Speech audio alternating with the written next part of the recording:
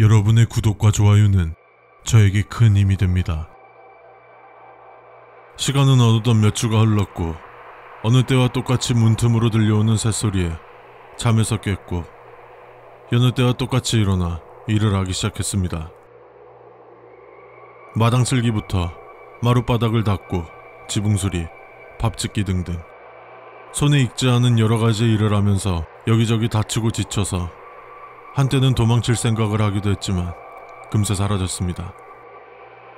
아니, 정확히는 어차피 도망갈 곳도 없고 이 절이 있는 산도 워낙 험준해서 올라가거나 내려가기도 힘들었었거든요. 그리고 시종생활은 힘들지만 이 절에 도움이 되는 존재가 되어가고 있다는 나름의 성취감과 저도 이 절의 일원이 되어간다는 소속감이 느껴졌었거든요. 그렇게 나름 이 생활에 적응을 하고 있었지만 시간이 흘러도 적응하기 어려운 게 있었는데 그건 바로 비구스님을 모시는 일이었어요. 저희 비구스님은 일반적으로 생각하는 그런 스님의 모습이 아니었습니다.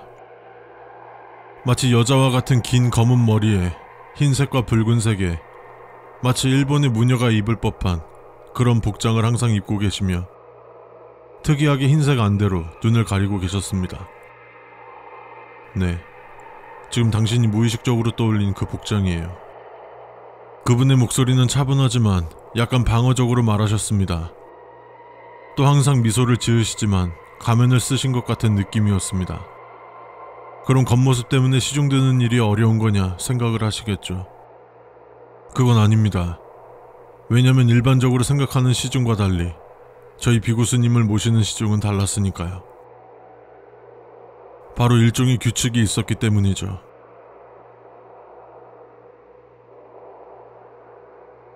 이 절에 처음 들어왔던 날, 큰 스님께서는 저에게 비구스님을 모실 때 반드시 지켜야 하는 두 가지 규칙을 알려주셨습니다. 아이야, 지금부터 내가 하는 말을 잘 기억하렴. 첫째, 비구승은 눈이 보이지 않으며 눈이 더 나빠지지 않기 위해 흰색 천으로 눈을 가려 빛을 막고 있단다. 만일 눈을 가린 안대가 풀렸을 때 손뼉을 2번 치면 비구승이 그 의미를 알아채고 스스로 안대를 고쳤을 거란다. 또 안대는 열흘에 한 번씩 내게서 새로운 걸 받아서 비구승에게 건네주렴. 그때도 손뼉은 2번 치면 된단다. 둘째, 비구승의 방에는 함부로 출입하지 마렴. 만일 어쩔 수 없는 이유로 출입을 해야 하는 경우 나에게 부적을 받아 그것을 입에 넣은 후 출입하며 다시 나올 때까지는 입을 열지 않아야 한단다. 위 2가지 규칙을 지키지 않았던 시종들은 다 쫓겨났다고 큰 스님께서 말하시곤 끝에 말을 덧붙이셨습니다. 그리고 비구승하고는 말을 섞지 마렴. 비구승이 시종인 너에게 말을 잘 걸지는 않겠지만 질문이나 말을 걸면 손뼉을 한번 치렴. 그럼 자신의 말을 알아들었다는 것으로 알 거다. 예전 시종이 비구승과 대화를 나눈 뒤로 귀신이 보인다고 말하고는 정신이 온전지 않게 되어 금기시하고 있단다. 알겠니? 저는 곧바로 알겠다 대답하였습니다. 하나같이 이상하긴 했지만 뭐 어겨봤자 쫓겨나기만 하는 건데 뭐 라고 생각했으니까요. 하지만 그것이 저의 아니란 생각이었음을 느낀 건 얼마 지나지 않아서였습니다.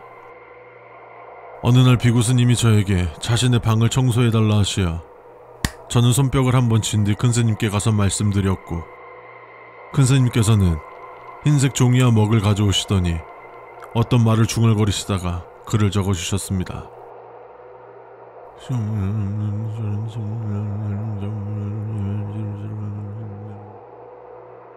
이 한자가 적힌 부적을 건네주시고 최대한 빠르게 일을 마치고 방을 나오되 절대 입을 열지 말라고 신신당부하셨습니다.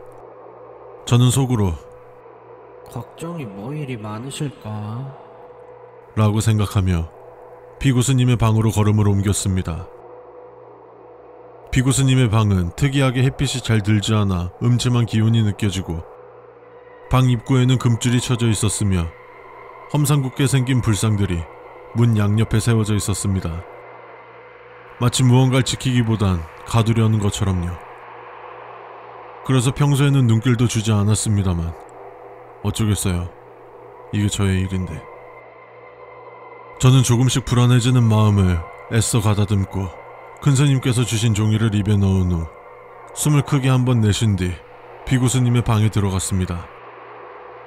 비구스님의 방은 한낮임에도 불구하고 초를 켜야 할 만큼 어두웠으며 거울, 책상과 큰 장, 이부자리와 조그만 기도자리가 마련되어 있었습니다. 다만 조금 이상했던 건 방바닥에 흙이 군데군데 있었다는 것이었습니다. 방바닥에 왜 이리 흙이 많지? 쥐라도 돌아다니는 건가? 빨리 나가고 싶었는데 시간 좀 걸리겠네. 방이 지저분하긴 했지만 외부와는 달리 내부는 꽤 평범했던지라 괜히 겁먹었다 생각하며 빠르게 방 청소를 시작하였습니다.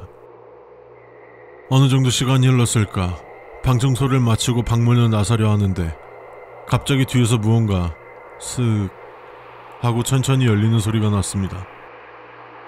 조심스레 뒤를 돌아보는데 창문이 조금 열려져 있었습니다. 어떻게 열린 거지 생각하며 창문을 닫으려고 손을 뻗는데 방바닥으로 뭔가 후두둑 떨어지길래 자세히 보니 흙이었고 열린 장 안에서 나온 것 같았습니다.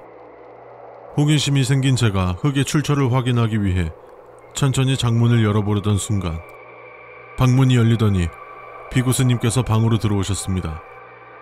방 청소는 다 되었니? 저는 갑작스레 나타난 비구스님을 보며 어쩔 줄 몰라 했습니다.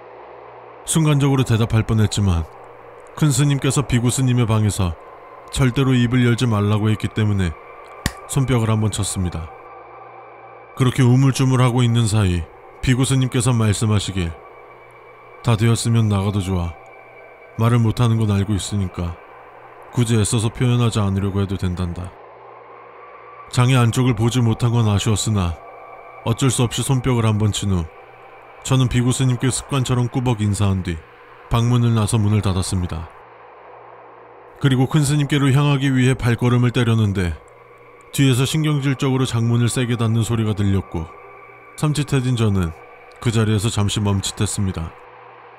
또 비구스님께서 혼자 중얼거리시는 듯한 목소리가 들려 방문의 귀를 살짝 대보니 왜 열렸는 거지? 누군가 장문을 연 흔적은 없어. 낡아서 스스로 열리는 건가? 들키지 않게 조심해야겠네. 매우 초조하게 말하는 비구스님의 말을 듣고 있으니 계속 여기 있으면 안 될 것 같았습니다. 뭘 들키면 안 된다는 거지? 장 안에는 뭐가 있길래? 이런 의문이 들었지만 이곳을 벗어나는 것이 우선이라 생각하여 저는 발소리를 죽이고 빠르게 밖으로 향했습니다. 밖으로 나오자마자 입에 있던 부적을 뱉어냈고 닭살이 올라온 양팔을 쓸어내리며 큰스님께로 향했습니다. 큰스님께서는 제가 오고 있다는 걸 어떻게 알았는지 멀찍이서 다가오는 절 바라보고 계셨어요. 수고했다. 오늘뿐만이 아니라 언제든지 비고승방에 출입하는 일을 다 마쳤다면 내가 준 부적은 화로에 태우렴. 제가 궁금한 듯한 표정으로 큰스님을 바라보니 한 번 사용한 부적은 효력이 다해 다시 사용할 수 없기 때문에 불에 태우라는 것이라고 큰스님께서 말씀해 주셨습니다. 네. 저는 부적을 화로에 태운 뒤 큰스님께 인사를 드리고 다른 일을 하기 위해 방을 나서려 일어나는 순간 혹시 방을 나가려는 저를 붙잡듯 큰스님께서 진지한 얼굴로 말씀하시길 비구승의 방에서 무슨 일은 없었니? 조금 전 비구스님의 방 앞에서 들은 이야기를 할까 생각했지만 무언가 꺼림직하여 아무 일 없었다고 대답했고 큰스님은 뭔가 깨름직한 표정으로 가보라고 말했습니다. 저는 인사를 드린 후 방을 나섰습니다. 큰스님께 멀어지는 도중 나지막한 목소리가 저의 귀에 들렸어요. 저것도 슬슬 치러할 때가 되었군. 딴 생각을 품었다면 깨야지. 비구스님도 그러고 큰스님도 그러고 뭐 저리 혼잣말들을 많이 하시는 건지. 비구스님과 큰스님께 깨름직한 기분을 느낀 하루였고 그렇게 또 하루가 지나갔습니다.